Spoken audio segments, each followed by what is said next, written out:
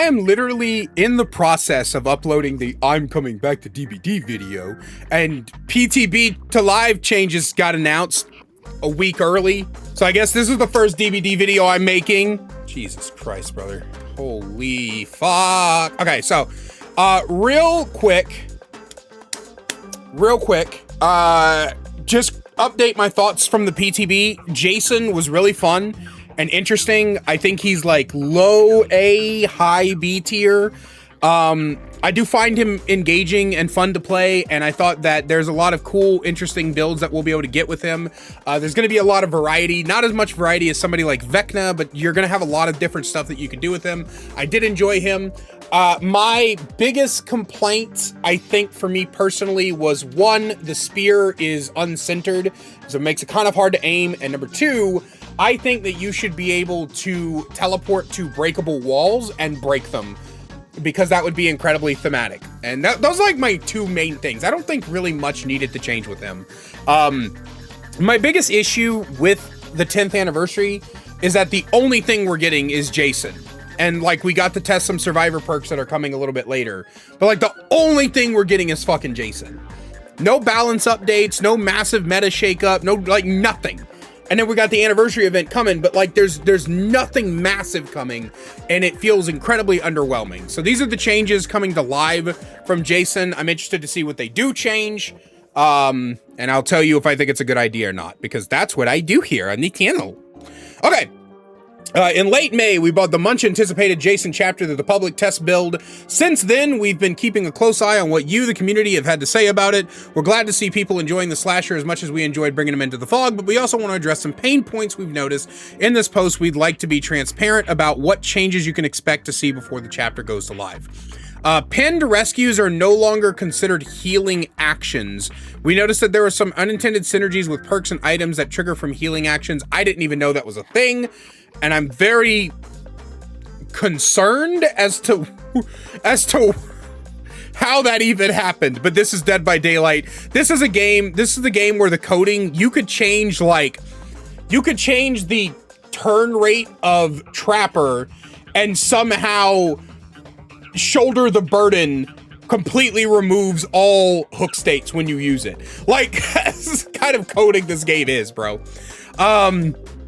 Killer Husk attack now activates with a slight delay and is no longer instant upon reappearing. Many of you were using the Husk as a direct attack by spawning it on top of survivors. While arguably funny, this was never an intended mechanic. The Husk is meant to reinforce the idea that staying close to the killer and approaching him carelessly is a bad idea and is not meant to be used aggressively. What are they talking about? Like the TP points? You could... I feel like that's gonna be really clunky.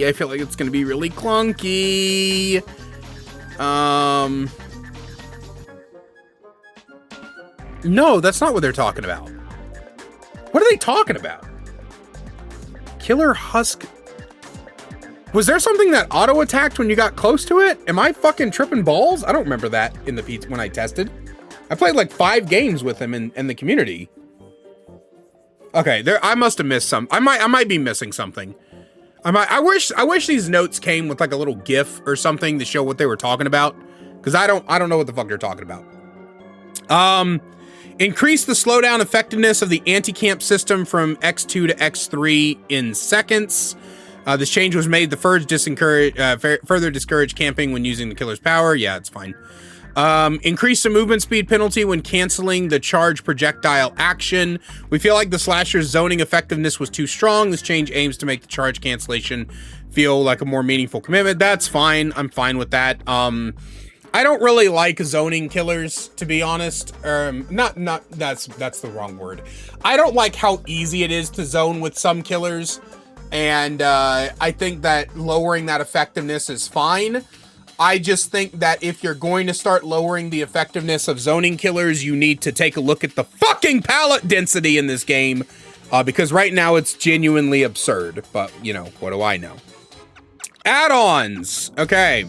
Along with this power, we've also made a handful of changes to Slasher's add-ons. Toxic Waste range increased to 8 meters was 6. Coffee haste decreased to 8 was 13. That's Fine. Toxic Waste, I don't remember what it did. See, I hate when they fucking do this shit. I hate when they don't tell you what it did before. Bloody Magazine, range decreased from 8 meters was 13. Eye Goop, undetectable duration increased to 13 seconds was 9. Iridescent Boat Motor, window block duration increased to 13 seconds. That's really good. I thought that Boat Motor was pretty bad because it was such a low block duration, so that's fine. These add-ons that we felt could use number tweaks, and then Deputy's Badge, that's an iridescent, isn't it? Reworked. While an omnipresent evil passing within 4 meters of a generator will cause it to explode, losing 5% of progress and begin regressing. If any survivors are repairing the generator, it doesn't explode, but they get a special skill check. That's pretty good. No, that's not iridescent, is it? Wait, what? Yeah, the effect's previous information when combined with the low cooldown, we rework the effects. No, Deputy's Badge isn't iridescent, because there's an iridescent where whenever you vault or break a window, you reload based on tokens gained from completed generators. That's the other iridescent one. That one's one of my favorites. Okay, perk. Silent Shadow, change the perk to be so that 11, 12, 13 seconds undetectable occurs whenever you hook a survivor. Instead of at the start of the trial, while all generators are completed, you're undetectable. Fuck you. I don't like this change. First off, okay, here's the thing. I understand that the original Silent Shadow was weak, but having undetectable in the beginning of the match was a fun, interesting effect. You could have just added the gain undetectable when you hook a survivor, and it would have been cool. Or you could have done what I've been saying should have been done and added a lethal pursuer, but for undetectables. So you're undetectable at the start of the match. It increases the amount of time that you're undetectable by like 2 or 3 seconds or some shit. And then it becomes a great synergy perk. But no one ever listens to me. And that's it. That's all the changes. It is basically pretty much a nothing burger, honestly. And the reason it's a nothing burger, unfortunately, is because there's nothing in this fucking update. We're off to a great start, aren't we? We're off to a phenomenal start of coming back to this game. I can't sometimes, man. I just can't. But yeah, let me know what you guys think. Unfortunately, I don't remember the name of all the add-ons, so I can't tell you if all these were good changes or not. This is fine. It's probably going to be one of his most used add-ons, if I'm being completely honest with you. But yeah, other than that, this is fine. These seem fine. Okay, Coroner's Coffee was very strong. I thought it was one of my personal strongest add-ons. This is fine. This is fine. I don't know what this is referring to. This is fine.